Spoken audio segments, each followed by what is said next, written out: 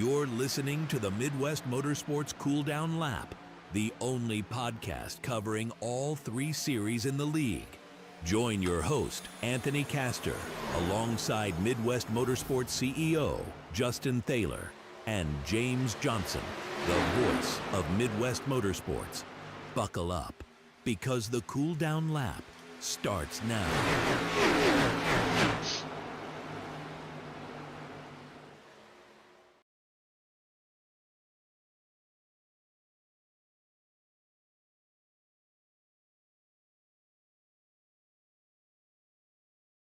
Good evening, everybody, and welcome to this week's episode of the Cool Down Lap presented by Midwest Motorsports. You're joined here tonight, of course, with me, Anthony Castor, and here with me is Justin Thaler and James Johnson, the voice of Midwest Motorsports. So we're here tonight to bring you guys a breakdown of what happened over the weekend with basically any kind of real racing that we found was interesting. And some of our league racing, which after an update, we had some new things roll out. So we're going to touch on some of that along with the action from Old Atlanta. So without further ado, we're going to kind of get into it. James, man, how you doing? Did you have a good weekend, man? Calling some action, watch some racing? There was so much racing to watch this weekend. It's hard to even know where to start, including the Midwest Motor Series puts on, I don't know, 15 laps or so, the Cup Series race. So always a good time spending some time up in the booth with James. Never a dull moment. We have fun up there. Yeah, I've got to participate in that booth a couple times. Never a dull moment, and they hit you with some of the interesting facts for the track. So For sure. So we'll go ahead and get into it here tonight, guys. We'll start with some real racing. F1's a no-go this week, so we'll kind of skip that one. And James, unless there's something from that you want to talk about, or do you just want to kind of poke the bear? No, I'm not going to poke the bear. It was a great race at Canada. If you didn't see it, check out the highlights at least. Too much to talk about. Good for Mercedes. If you're a Mercedes Yeah, fan, you really, walked away happy.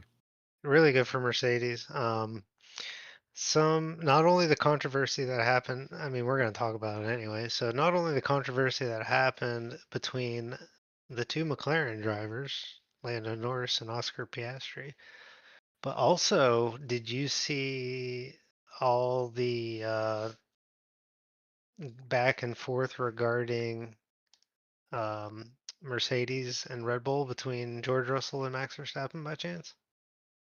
No, talk to me. I know last week they got into it, So, or like last race in Catalonia.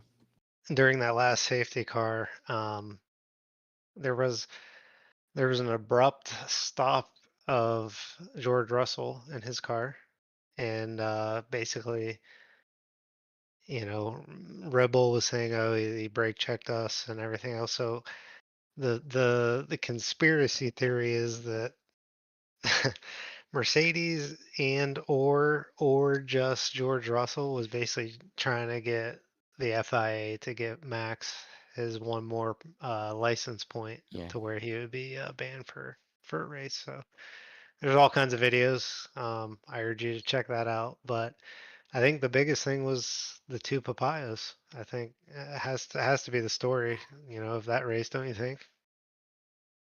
Yeah, 100%. Lando took all the blame for it instantly when it happened. Hot mic'd and said that was all on me.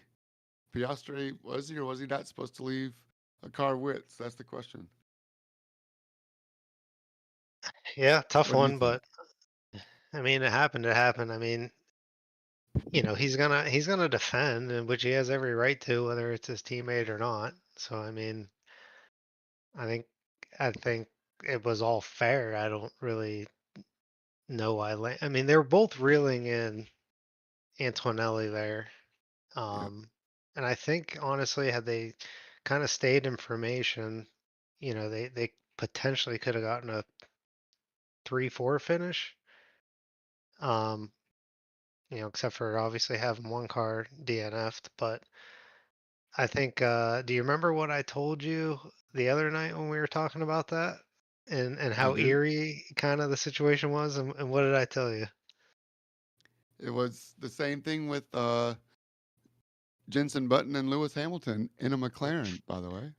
Yep, 14 years ago. Same track, same spot on the track, same. I mean, the crash looked identical. You could probably overlay the Lando and Piastri right over top of them, and it'd probably look almost identical. So, yeah, it's going to be interesting the rest of the season for sure. Do they have a off week coming up, or are they somewhere this weekend? I You know, honestly do not know. Good question. Let's take a I know gander. their schedule's like hit and miss. It seems. No, they'll be Austria. yeah, Austria on the 29th, so they'll be off this week. Okay. So they go to Austria and then over to Silverstone. Oh, nice. So we won't be missing too much racing this weekend then. No. Um, I'm going to skip over the Xfinity series unless you guys have anything you want to talk about that. James, anything on that? Good. Good for Daniel Suarez, local hero. Goes from the back to the front. You couldn't have written a better story. And Yeah, that was cool. it's got to be a good feeling for Daniel and his family. And, that's a lifetime experience that he's going to have forever. Did I read that stat right? I believe that's the first time in any of the 3 national series anybody's gone from the back to the front and won a race. I'll have to see if I can find that stat again and shoot it over if you guys haven't seen it. But Well, it's pretty interesting if so. I mean, he'll take in a that one backup forever. car. Oh, a dang, backup yeah. car. Just keep adding to Yeah. it. So cup racing in Mexico, James, do you think it was a success? Do you think they're going back there? Did they sign a multi-year contract? Do we know? It's not on the schedule yet. So I don't know. I know nothing is official. But I hope they go back. I think it was a success. Yeah. I think it was an awesome, awesome, entertaining race. I feel like the track was actually really good for that car. The rain threw some pretty big wrenches in it, but the track seemed like it was really good for that car. How do you guys feel about the rain racing in that car? You think they should just let it go like that? Just keep going with it, keep throwing the rain tires on and go, or do you think that's kind of a failed experiment and they should just race on the dry? I mean, a lot of drivers were on slicks pretty early, so I, I think they've either gotten accustomed to it, and I really don't think it. I don't think it really ruined, the product on track, personally. James, what's your thoughts on the racing in the rain? Oh, I think they should race in the rain. As long as they have enough tires for everybody. So does that mean 2 or 3 sets of tires for everybody? And is NASCAR and Goodyear gonna take that many cartons and 18-wheelers to the track every time to maybe need them or maybe not need them? It does seem like it rains in Mexico a lot, even when F1's there. So I don't know if you can count on it, but no, I think as long as the track is not blocked or dangerous, I think you should be racing no matter what the weather. Yeah, I can agree with that. It added a fun twist to it. Having to see different people adapt. It actually brought some excitement to it. My dad hasn't watched NASCAR in forever, but he was watching the Mexico race with me. And as soon as the rain started, and I think it was Busher and Cindric stayed out on dry tires, he was in it. He was like, "What are these guys doing? Are you serious? There's raining everywhere. How are they doing?" I'm like, "Well, Dad, they're the professionals." And somehow Cindric was able to kind of keep it near the top 10, but Busher kind of felt like a sack of potatoes. Yeah. But I'm glad that NASCAR is letting them make the decision instead of saying, "Okay, everybody in rain tires." It adds a little bit of conversation when you're watching it with people. Like, oh, let's see how this works out, or it doesn't. Yeah, Or I'm it with you on doesn't, that one. right? Yep. So not racing related, but a weekend activity. James, you got out and about, man. You want to tell us about where you went and who you seen? Yeah, Duluth is about 45 minutes, maybe an hour with traffic from my place. So I went up and hung out with um, the Road Series champ, Jason Phillips. And he was at a Slammed Enough, is the name of the car show, where everything in there was dropped to the ground. I mean, they are slammed. Um, so Slammed Enough is the name of the car show, and there were some really cool rides there, including I think Jason's was one of the badass to blown, one of the best. Um, Blown Nissan 370 turbocharger. I mean, drag package on it, beadlock rear tires. I mean, it's just drag slicks. It's a beast. It's a sleeper. It doesn't look like it. It's on airbag, so it's dropped to the ground. But yeah, I could tell this was Jason's happy place, man. It was cool to see him in his own environment, talking about all the other cars around his, and he's got a crew of about 10 or 12 people that are all showing their cars in their same little club. So, um, yeah, it was really cool to see Jason in his element, man. Nice to meet him. He's just as Yeah. nice in person as he is on the chat on the Discord. Yeah. Anybody who's wondering what we're talking about, if you're in the Discord and you go to the general channel, there's a couple pictures posted yesterday of the car in question here, along with Jason and James kind of hanging out. That's a pretty nice looking car. So glad they get to go out, show these rides off. There's a lot of money and hard work that go into these things. And I'm sure everybody there takes a lot of pride in their vehicles, of course, or it wouldn't be there. So um, definitely a cool event. Glad you got to get out there and see those guys. There was a question in the chat, James, about where in the world James the Voice Johnson's going to be next. Are you heading out to the mountains or? Yeah, you never know. Um, He's a rambling man. that's right. we I've might be been able to out make there a before. segment.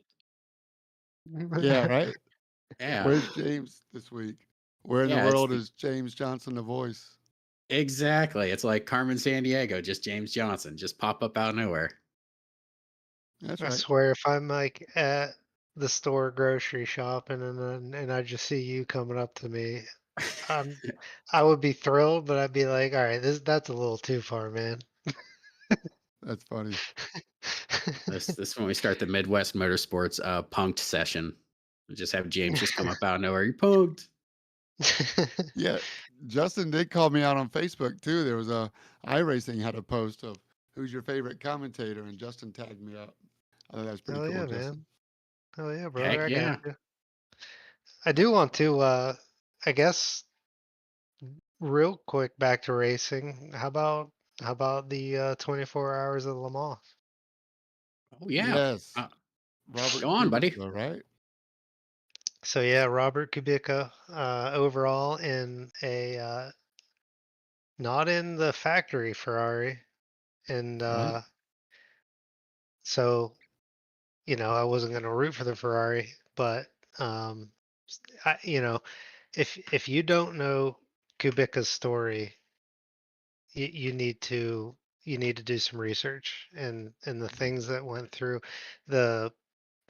I mean, it's pretty common for anybody to say he was primed to be a F1 world champion um, in the sport, and then had Canada. almost a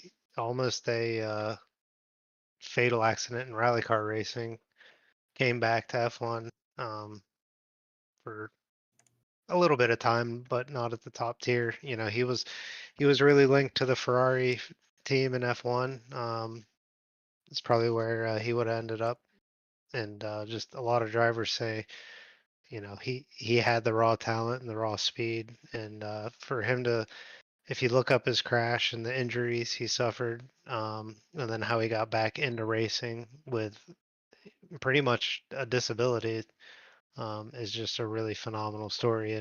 And man, he did didn't he do like 3 hours straight or something in the last Yeah, stint? like 4 stints or 5 stints. I Yeah, think just the most they something can do is stupid. X number of hours. But yeah, Just but something ridiculous at Le Mans. And to have him, I mean, to see him win there was just awesome. And the sixth car of Team Penske in in that class, I mean, DQ'd from qualifying, had to start at the rear, and they made it up to the front like ridiculously quick, and ended up hanging on, finishing second about, I think it was about like 15, 16 seconds or so behind Kubica, um, for second overall. But I mean, Le Mans was a great. I tried to watch as much as I could. My daughter had a race um, Saturday afternoon, but watched the start for like the first probably 2.5, 3 hours, and then caught some in the afternoon and later that night, and then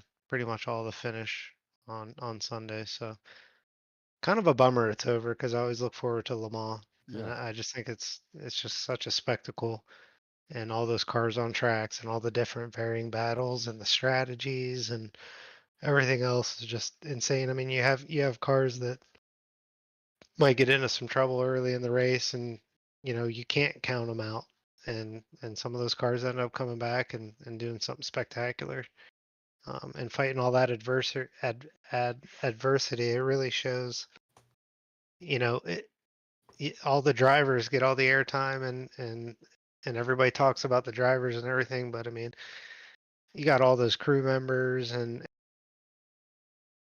crew chiefs, and it's something. It's to me, a race like that, and similar to the Rolex 24 as well, is just the pinnacle of the embodiment of what it means to be, what racing means to be a team sport.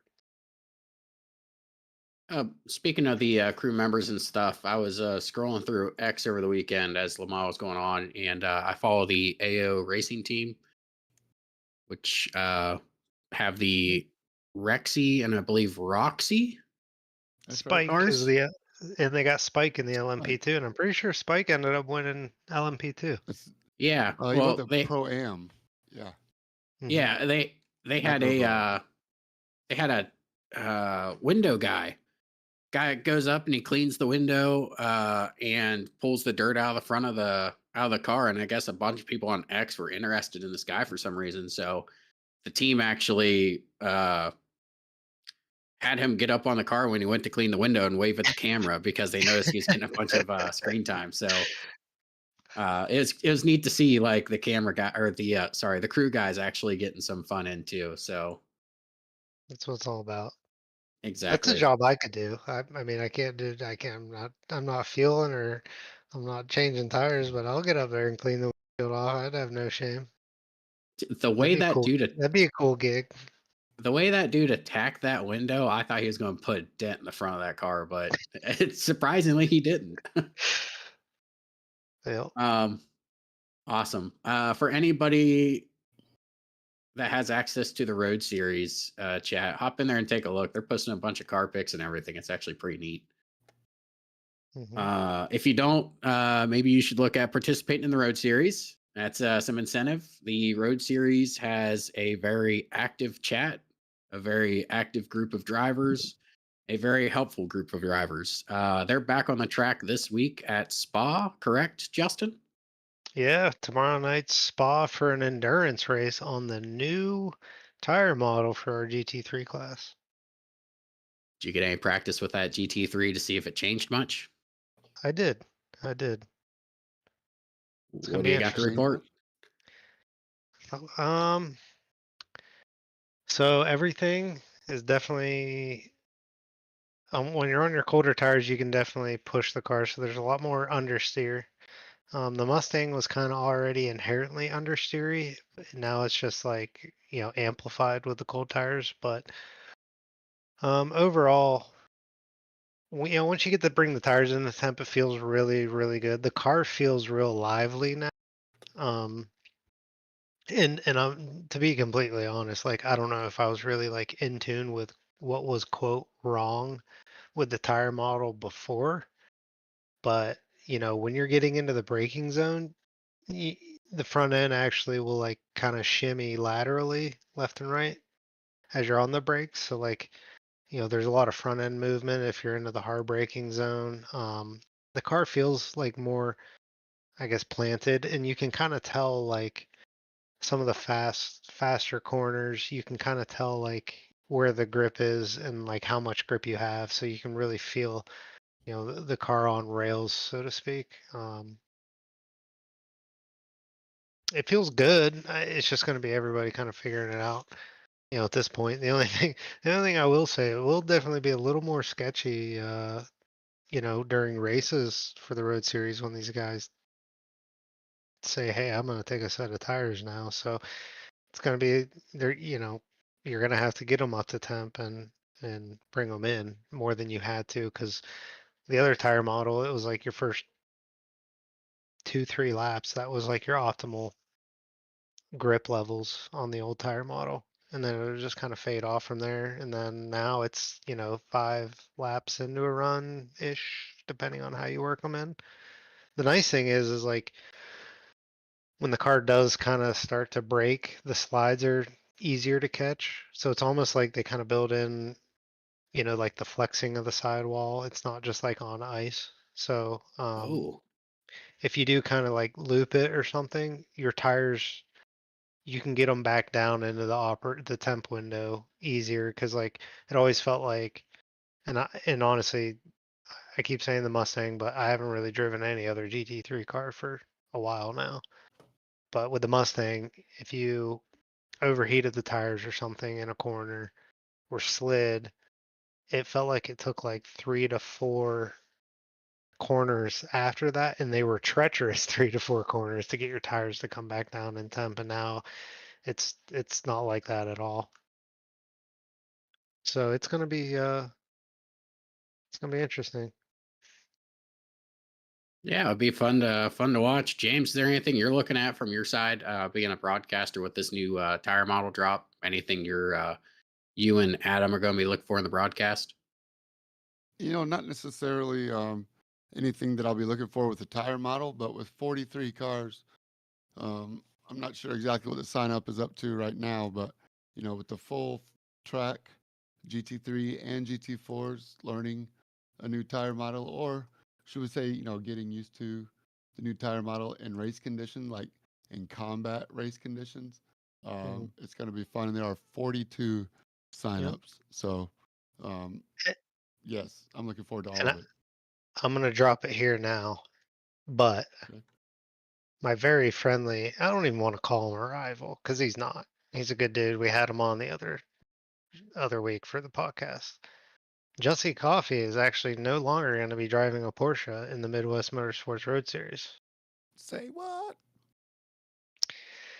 He got tired of looking at the back of my Mustang and figured, well, Oh, I'm going to try and get JT to look at the back of my Mustang. So Jussie Coffee is going to be, it's just going to be the two of us out there driving around some Mustangs. he's turned to the dark side. Yeah, the dark horse.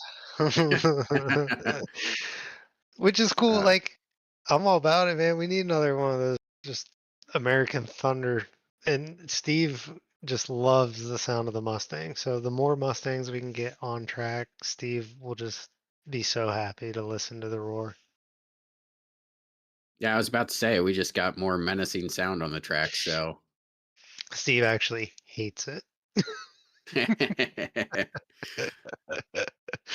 So yeah, we Well, got one more, and I'm glad it's Jesse. So he's in good company. yeah, it'll be we interesting to shall see. see. I mean, with the two of you together, I wonder if it's just going to amplify the noise resonance. Maybe. So, yeah, so the road series, you guys go green tomorrow at 7:25, 7:30 ish, right? hmm hmm Awesome. Yep. For an So hour. an hour What? race. Huh? No, Yeah. 100 No. minutes. 140. Yeah. 100-minute race. Oh, So an hour 40. oh. So it's a longer one. Yep. Yeah, endurance race. Nice. Hmm. Well, you guys can catch it here on the YouTube channel tomorrow, 7:30. And remember, guys, make sure you like, subscribe, share. That way we can get this racing and we get more people participating in all our series, not just the road series, but in every series. So, anything else you guys want to cover before we hop into the oval side of things? Anything we missed on announcements, weekend stuff, real racing, anything? I don't think so. I'm glad Joseph Solid. Newgarden seems to be okay after that IndyCar crash at Gateway. Check out the highlights. I think their windscreen saved somebody else. Yeah. Yep. That one kind of We slipped my head. talked We were about that talking already. about that one. No, we Yeah, talked that's right. about before we went on the podcast. Okay. But we didn't talk about it during the podcast. Yeah, amazing that everybody's able to walk away from that. Like James said, if you haven't got to see it, it's probably all over social media, YouTube. A heck of an accident to walk away from. So good for him and the other driver that both of them came out of it okay. Um, all right. We'll go ahead and hop into it, guys. The trucks were out at Old Atlanta over the weekend, Friday night. Truck scene an update. So before we go hopping into the actual racing, the truck scene an update. I don't know if their tire models got updated per se, but the dash, they had a new updated dash. JT, what'd you think of the new digital dash in the truck? Well, can't see it. It's out of my FOV, so it doesn't bother me one bit. Um, I did before the practice started, I did move my driver height down. I mean, it's a digital dash. It's different than the cup one, for sure, but it's, I mean, the old analog tack was, I could basically just see like the 12 o'clock slash mark for the RPMs Mhm. where my driver height is set to in the truck, but it's all good. Yeah, I So I forgot can't that see it at all. you run all your stuff off of a tablet. I forgot. Yeah, yeah. James got to see it a little bit. I know the broadcast put an eye on it with the new pit lights and such. Uh from You a know, broadcast yeah, perspective, James, what'd you think? I couldn't see it. I couldn't see the. I mean, I could see the digital dash, but I didn't see the green circles or the red circles when they were getting on the rev limiter or coming into the pits. I did see the green lights on the digital dash in the cup car on the track, but I think we rode with Justin and couldn't see it on the broadcast. So maybe it's a SDK thing. Maybe it's who knows. We'll keep trying. We'll keep looking, but I haven't seen it yet. I'm eager to see it. I think the lack of lights and stuff might be on iRacing side, so people can't see whether where you're redlining or where you're shifting, kind of thing. Like I don't even think the RPMs you guys are seeing are accurate because they don't want people training off of that. I believe. Oh, Um, gotcha. yeah, it was something with the because I remember back in the day trying to watch a replay, like how is somebody running like this, but it isn't a true representation of like their RPMs and stuff. iRacing's just weird about letting people watch your in car on replay.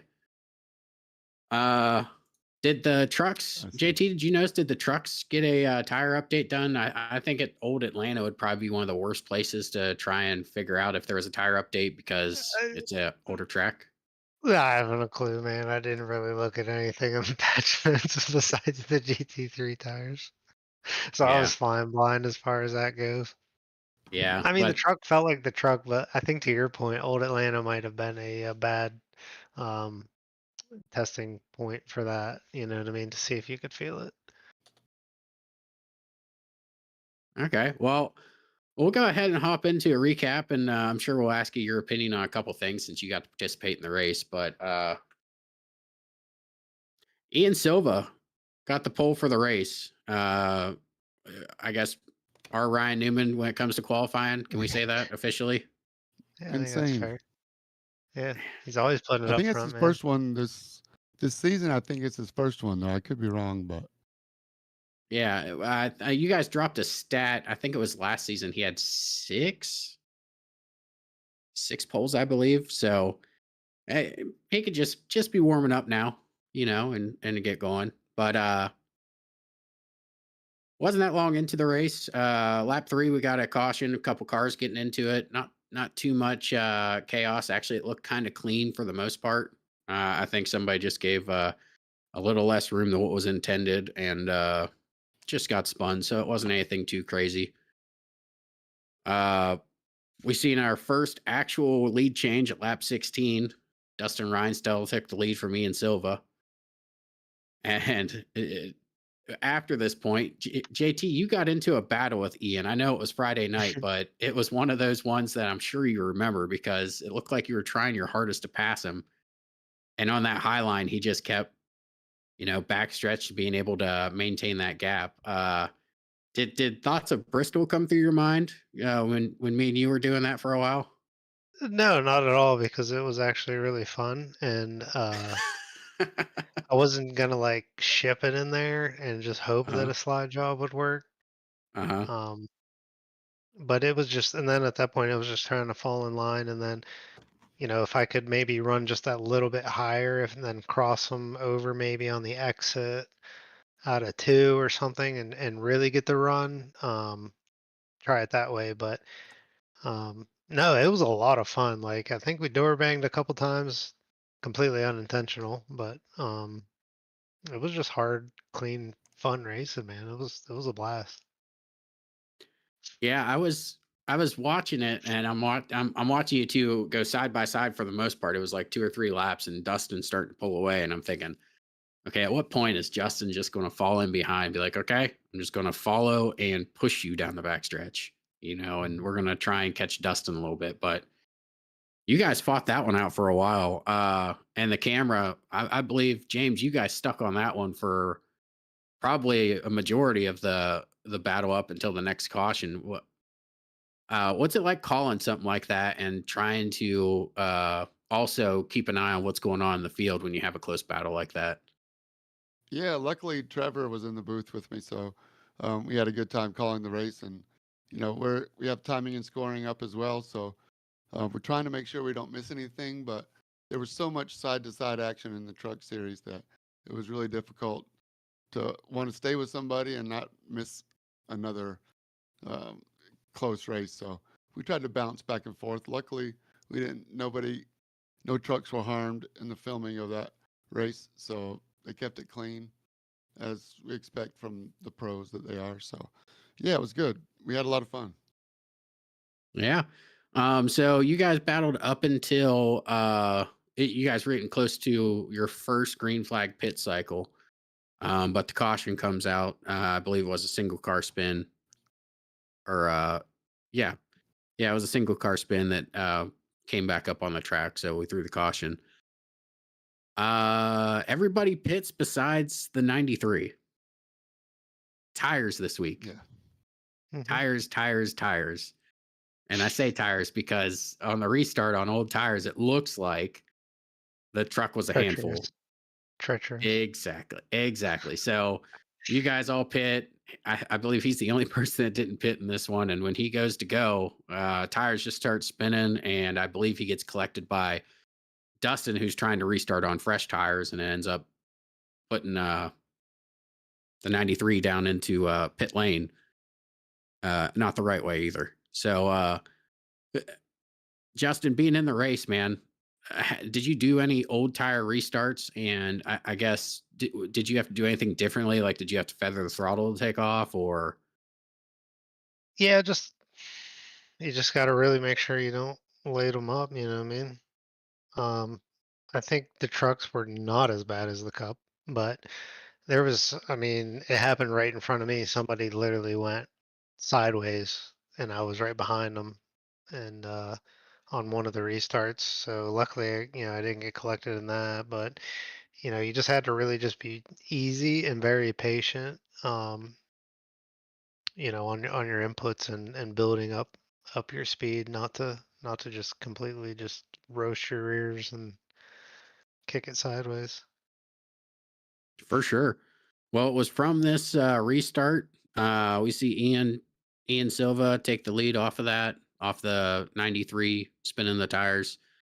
And JT, you and Dylan Fox are in tow, following behind him. Now I think it only took you probably 10 laps, and you were able to go and take that two truck to the lead. I don't know if the paint was correct, but you're running like some kind of mower paint. Actually, that if I could suggest something, that paint looks really good on that truck, so you should probably keep it that way. Thank you. I made it all by myself. Yeah, dude, honestly, the color scheme on that, I was like, I can dig that. Keep it Yeah, going. it's the old bad boy. Bad boy I was mowers. wondering. Mm-hmm. Mow with an attitude. um, Their slogan, so not mine. you're getting paid for that, of course.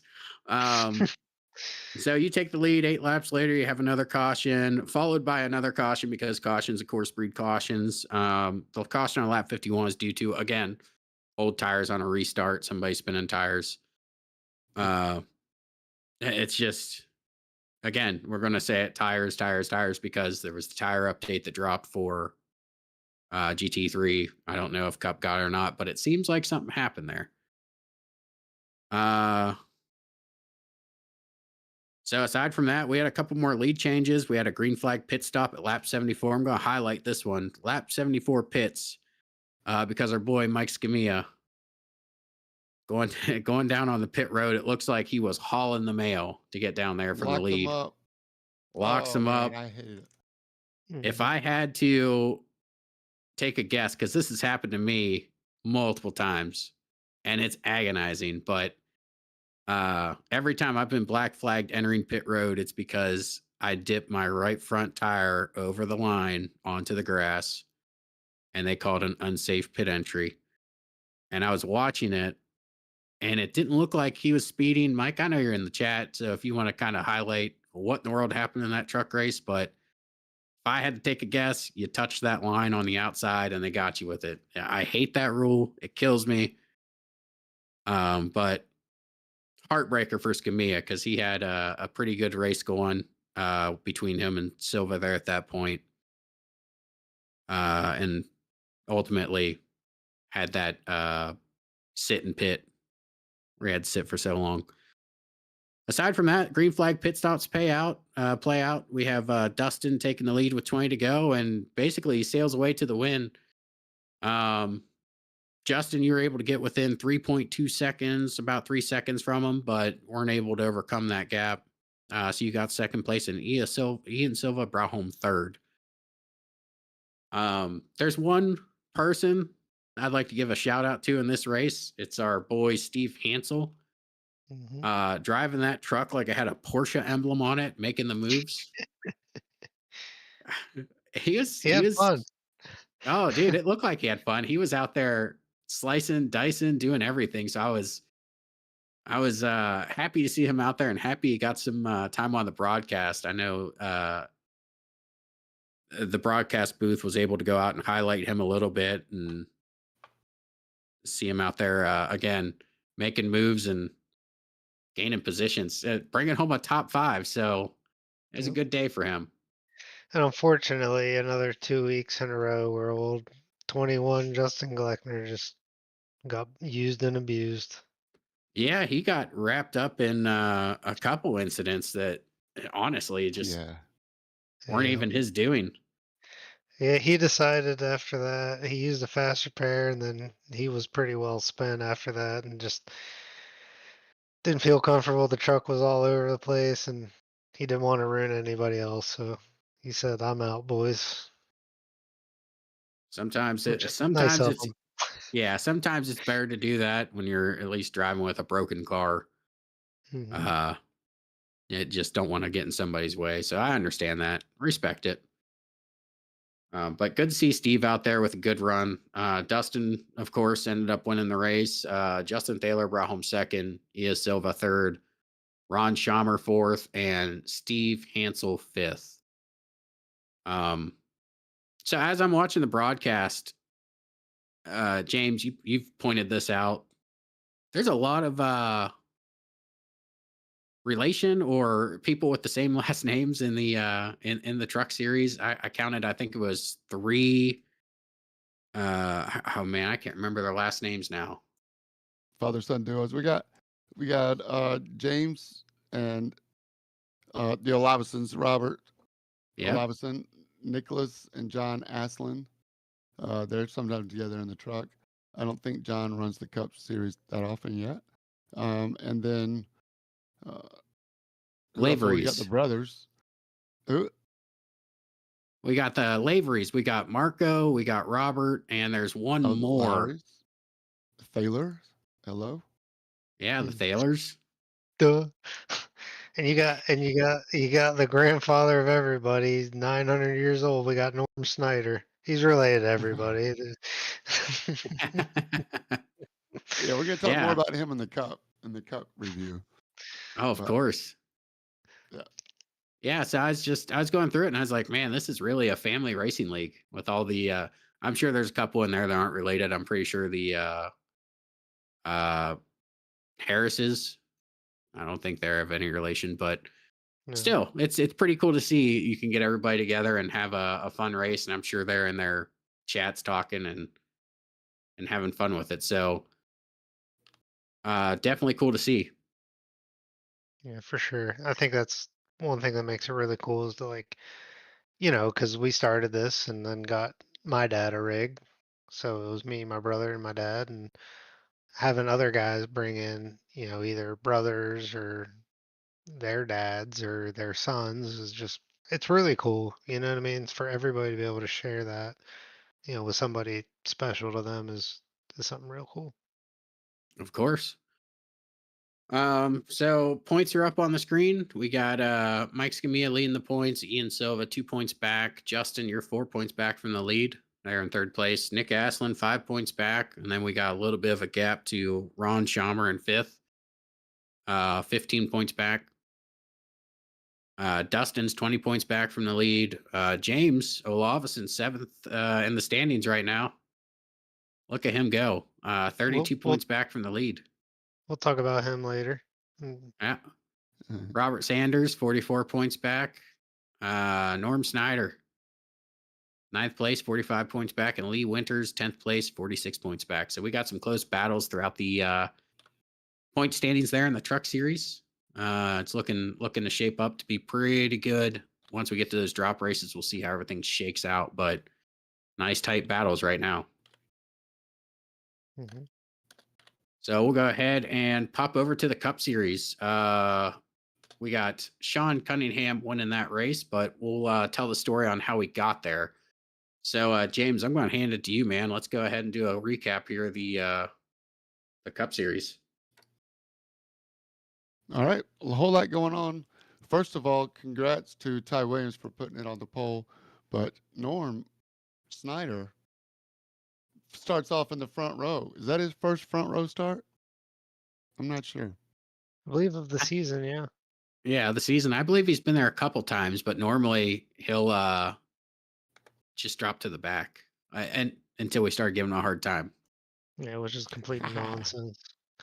Well, yeah, he did start uh, drop to the back pretty quick. I was a little disappointed in that. I was hoping he would drive it like he stole it because he earned a spot to be up there and should have could have held it in my opinion. But no, good for Norm. We wanted to see everybody running well. Um, that was fun. Uh, but yeah, coming to the green flag, cold tires. Michael Samia once again animating the race. The green flag hadn't even flown yet, and Michael Samia drops the clutch or slams on the gas, a heavy right foot that he's got, and basically crashed in front of everybody. So we didn't even get into lap one before we were doing pacing laps. And that was kind of a sign of things to come for the rest of the race. But we finally got it going. Did you get caught up in that lap one incident? I think some guys came up and pitted. I think Sean Cunningham had a pit lane start, so he got his catch up, and then I think he went back into the pits to top off on top of that, you got a speeding penalty. So Sean Cunningham was like a lap down even after a pit lane start. Yeah, That's racing. I got 4X from it. Wasn't any damage, but right out of on the opening lap, it always sucks to know that like, well, that's might be a sign of how the rest of the night goes. Yeah, and it was, but what can you do? You just Yeah. keep racing.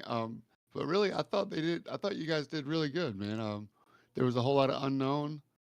Um, it wasn't the busiest field out there. I think there were like 18, 19 Yeah. starters. Um, Yeah. I felt bad for Landon Sprinkle. He got caught up in the first yellow, and that was it for him. Um,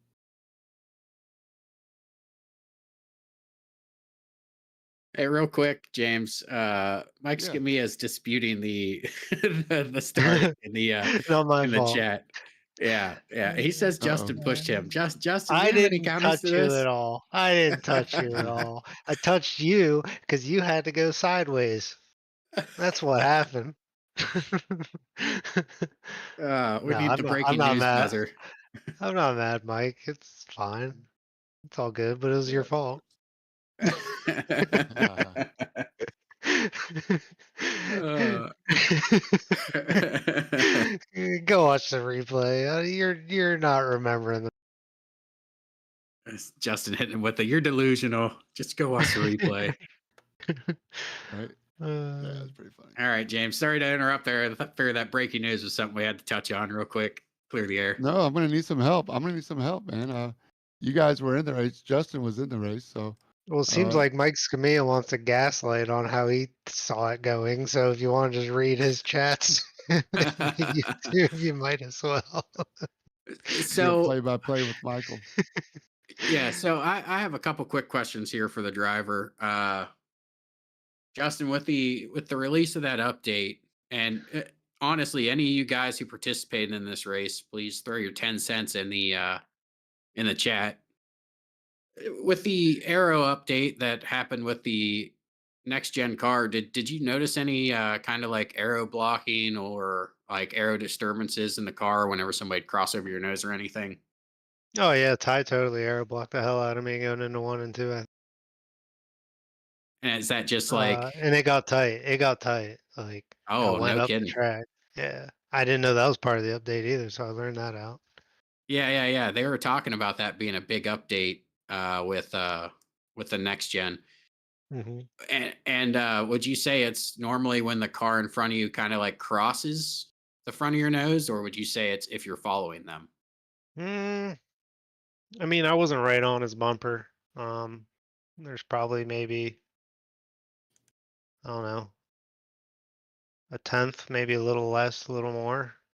Okay.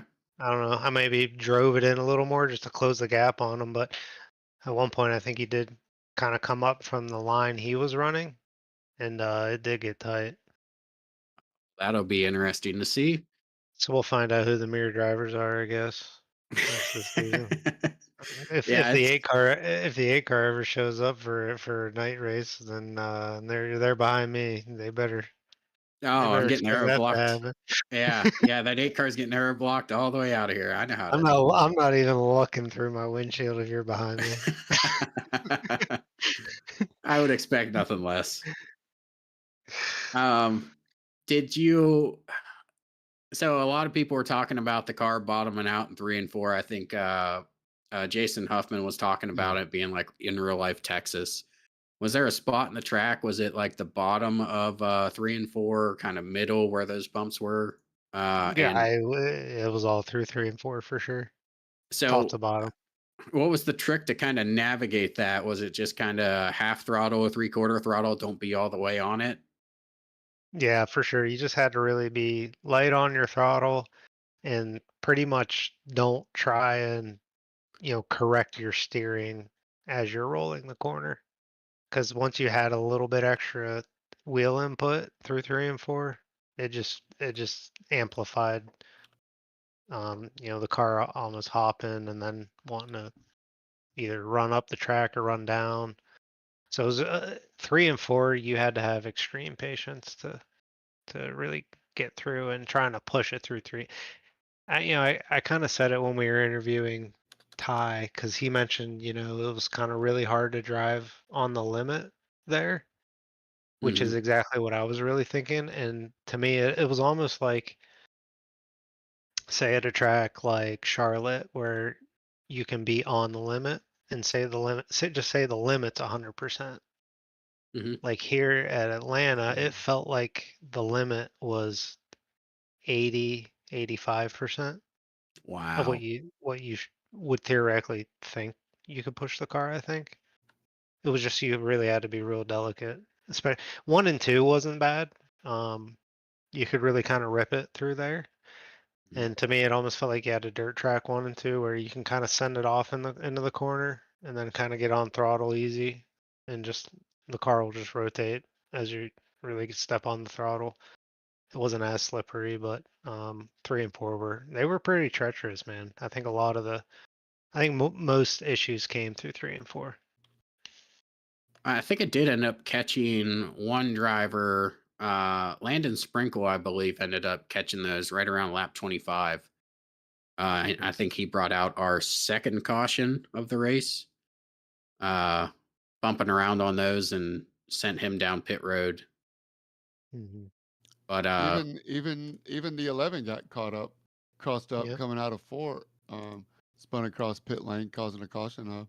Nobody touched him. Hmm. So so yeah, so those bumps are pretty treacherous then. Interesting. I wonder if that's a combination of the aero update to the car mixed with an older kind of not unsupported, but legacy kind of content with the old oval setup. So I, I guess, I don't know. oh, good. Well, I don't know. I guess we'll see more, when we head to Pocono in it. And I really hope that aero blocking isn't as bad as what you're making it sound, because that tunnel turn's already tight. So Are it you going to sucked be coming there out at of that. Pocono?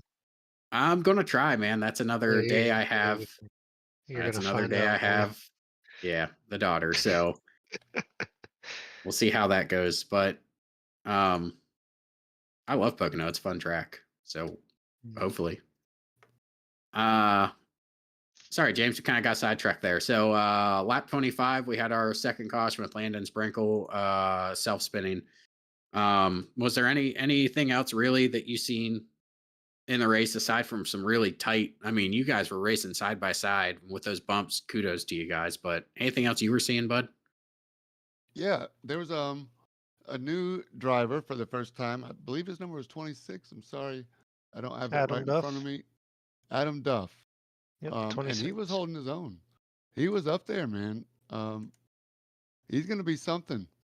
You know, if this is any, foreshadowing, the Midwest Motorsports Cup Series just got a lot more competitive. He was up there and going across the bumps, and he was not doing slide jobs. He wasn't doing anything crazy. So I think he's going to be everybody, is going to feel comfortable racing around him, knowing they can trust him. I was impressed. Not a lot of first timers in our league um, impressed me running up front like that, but he definitely made an impression last night. Hmm. What about you? Did you get side by side with him, JT? Yeah, I think I had some, and I mean, he didn't let you go past, but he didn't squeeze you or try and pinch you off the exit or up into the wall. Like it was totally fair, clean, fun, hard racing. Yeah, I it had was. no observations, that are not positive. No alarms. Yeah, no alarms going off. Yep. Um, Around lap 47, there was a restart, and Sean Cunningham on hot tires ended up winning the race, spun, and I don't think that caused a caution. So he had to work hard to come back from that. Also, I forget who it was that spun right in front of Jason Huffman as he was coming across. the track. I remember Trevor McLaughlin also getting caught up in somebody else's wreck. I think that might have been Adam Duff. They kind of got crossed up together, and it may have saved Tyler. I'm sorry, Trevor may have saved Adam from going all the way around. It sent Trevor into the inside wall, and that was.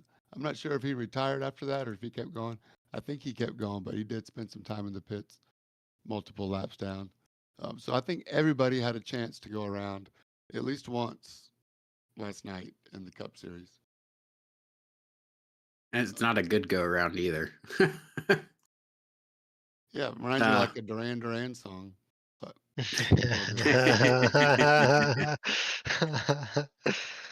Oh, that was a good one. I couldn't find a sound clip fast enough to record it, but I was sure thinking about it. No, it's all good. Really, there was 3 wide, 4 wide sometimes even. So happy to see it. Kevin Mayer was in this, and he was running the 12 Blaney paint. So good to see Kevin Mayer coming back as well. But yeah, 3 and 4 wide multiple times, even on icy, slick conditions. It's really, really good to see good racing. But then towards the end, there were, I don't think, do we have any green flag pit stops, Justin? Everybody was able to stop under yellow. I don't I really don't. I don't We might have one maybe, two at the most maybe. Hell, that was last night. I can't remember that well. Yeah, I know, it's almost 24 hours ago now. Yeah, I know. Tell me about it. There was so much action, though. It's hard to really remember what happened because you're living in the moment. Yeah. It's pretty crazy. But yes, I think everybody, even Ty Williams, went through the grass, um, getting caught up with the 83. I don't think they touched, but it didn't take much at all to if you're trying to run that low line, you were going sideways, and sometimes you feel like you got it figured out and you don't hit a bump, and then do the same thing the very next lap, and you're going around. So, hmm what ended your night, Justin? Because I appreciate you coming in to the booth with me. If you didn't know, we got a bonus on the broadcast last maybe 20, 30 laps. hmm You had some contact. Maybe I know Samia came back across the track after spinning on his own out of 4, and I think that's what got Huffman caught up. Yeah. So at that point in the race, there was a caution come out, and we were like right on the cusp of making it if you stopped um during that caution. So I think with a little bit of fuel saving, you would have been able to make it, not have to pit. So I was doing a little fuel saving up front that stint, and honestly went into 1 and 2, and we were already quite a few laps into that run, but um, went into that and just went into 1 and 2, and I really don't feel like I gassed it up or jerked the wheel any differently, but right in the middle of 1 and 2, it just like snapped down. Car kind of started to come around, and I tried to just lightly correct it, and I didn't really think I like jerked it and overcorrected, but it just went right up into the wall. So I kind of just got into the wall really hard, and then just kind of tried to stay in the wall, and luckily didn't collect anything else later in that run. And but after there, my fast repair was spent um, already, so I had from that first lap incident where I kind of got into Samia Michael on the 10 car. I used a fast repair not later on because I could feel my wheel was off a little bit. So I had used my fast repair already. And so after that, it was just junked. So I was just going to sit in the pits anyway. So I figured come hang out with you for a while. I'm glad you did. We had fun calling the rest of the race. And we we placed a bet on if we are going to have another caution And I said yes, and you said no. And of course, we get another one with like 3 to go. So we end up having well, we went back to green flag racing with 3 to go. So green, 1 lap, and then white checker. And that was it. That's all it took for Sean Cunningham to stretch out a lead.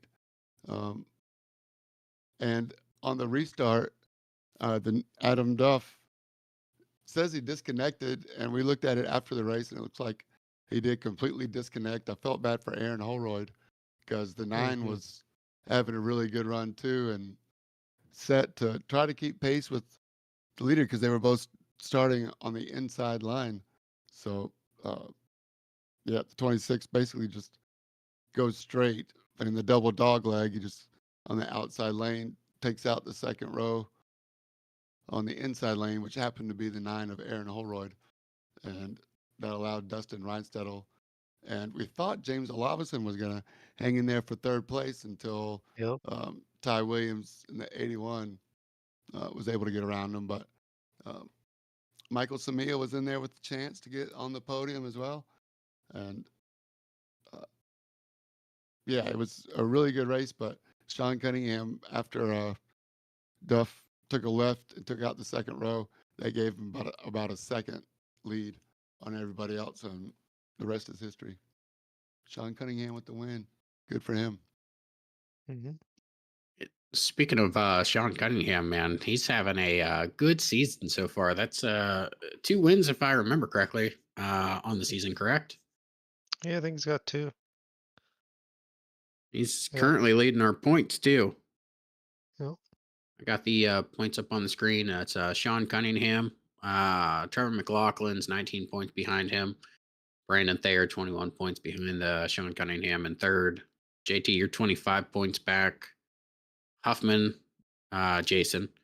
I forgot we have to clarify which one. Jason Huffman is 27 points back. Aaron Holroyd, 32 back. Clarence Prince, 33 points back. Norm Snyder, 40 points. Nick Aslin, 48. And Ty Williams, 54 back. And that's the points top 10.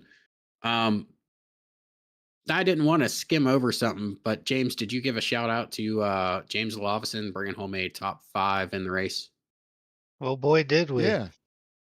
Okay. Yeah, we sure did. Yeah, Justin was able to DM him while we were chatting with the winners there, and James finally got his mic to work right, and we got our settings right, and we had a good little chat with him after the race. And man, what a nice guy! It was the first time I've actually heard his voice and talked to him, and yeah, it's pretty exciting. Hopefully, he'll stay motivated to do it again. What did you think of our conversation there, Justin? super cool. And, James does a very good job of not picking favorites in the booth, but I totally Yeah. wanted James to at least get on a podium. But, we talked to him and kind of because he's been here so long in the league and kind of where he's come. And I told him, in the trucks too, you're putting really good finishes together. It seems like every single week on Friday nights. So I hope the confidence, continues to build and those finishes and performances are just more of what to come. For sure. Don't want to overshadow the fact there's 2 people in the top 5 there. Clarence Prince had a good day too, bringing home a 5th place finish. So good to see those guys out there running well. Get a couple people up in the top 5 that don't normally get to finish up around that area. It's good to see it, especially at a track where is actually a pretty difficult track from what I'm gathering. With the tires not wanting to stick on the track going through 3 or 4, or wanting to take off on the start and spin your tires, whether there was contact there or not. I mean, it sounds like it was a pretty tough track. So it's good to see those 2 get a top 5 out of it. Yeah, we're gonna I'm just have curious if this is a. Go ahead, Okay, James. Sorry, Justin. I was just gonna say I don't know if this is a function of the track or the tires.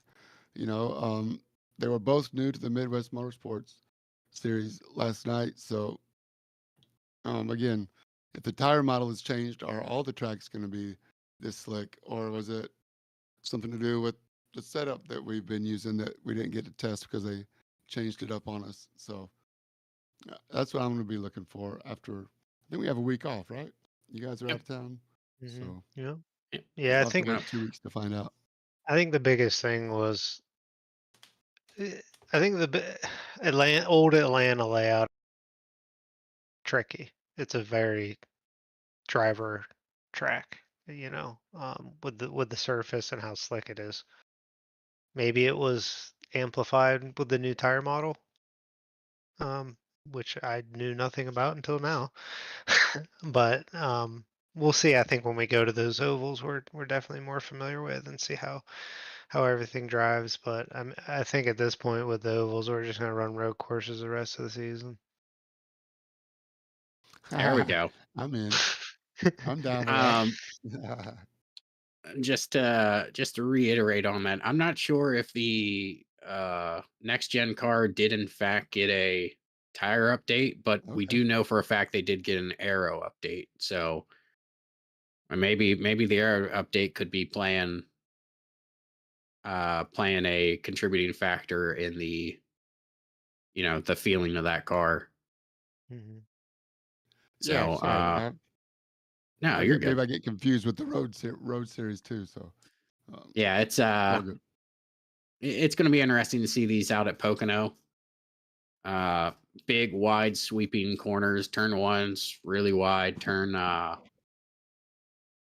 3 is really wide. Different racing lines, especially you can go in there in the turn 3, kind of run the bottom and wash out towards the wall.